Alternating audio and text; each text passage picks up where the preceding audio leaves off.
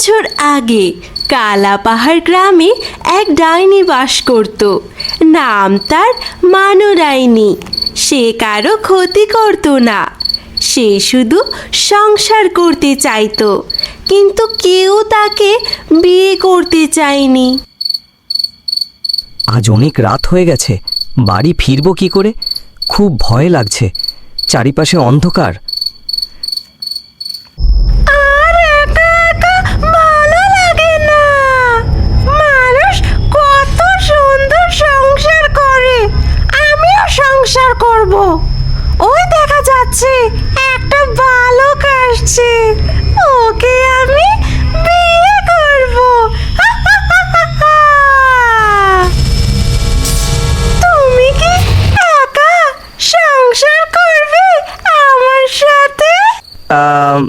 বিয়ে করতে পারি, তবে একটা শর্ত, সঙ্গে টাকা দিলে ভেবে দেখতে পারো। যদি মন থেকে সংসার করো, তোমার জন্য অমর জীবন, অগাধ ধন রাখি। ঠিক আছে, আমি রাজি।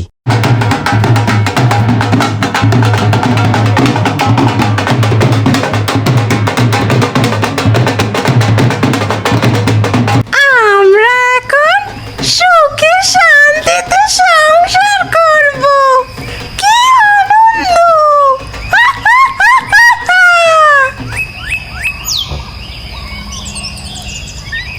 তুমি নাকি মানু ডাইনিকে বিয়ে করছো শুনলাম। হ্যাঁ, টাকার জন্য। তাই বলে কি একটা বুড়ি ডাইনির সঙ্গে সংসার করে কি হবে? টাকা পেলেই তোমার সঙ্গে পালিয়ে যাব।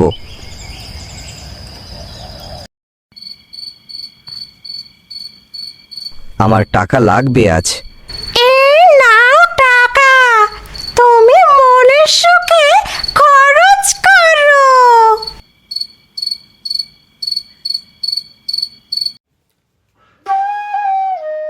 মিথিলা, টাকা পেয়ে গেছি, চলো আমরা পালিয়ে যাই। হ্যাঁ চলো।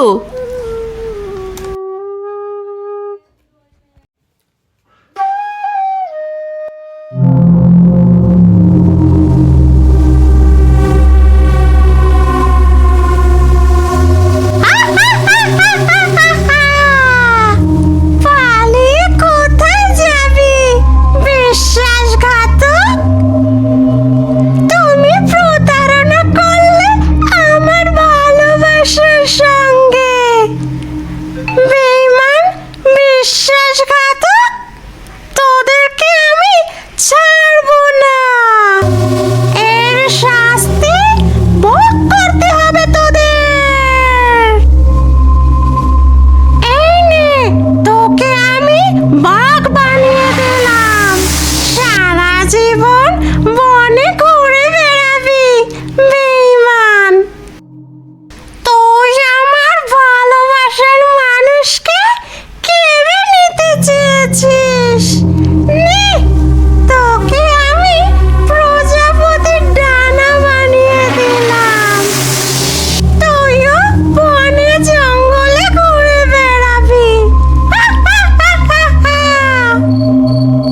ভোগ এবার বিশ্বাসঘাতকতার শাস্তি।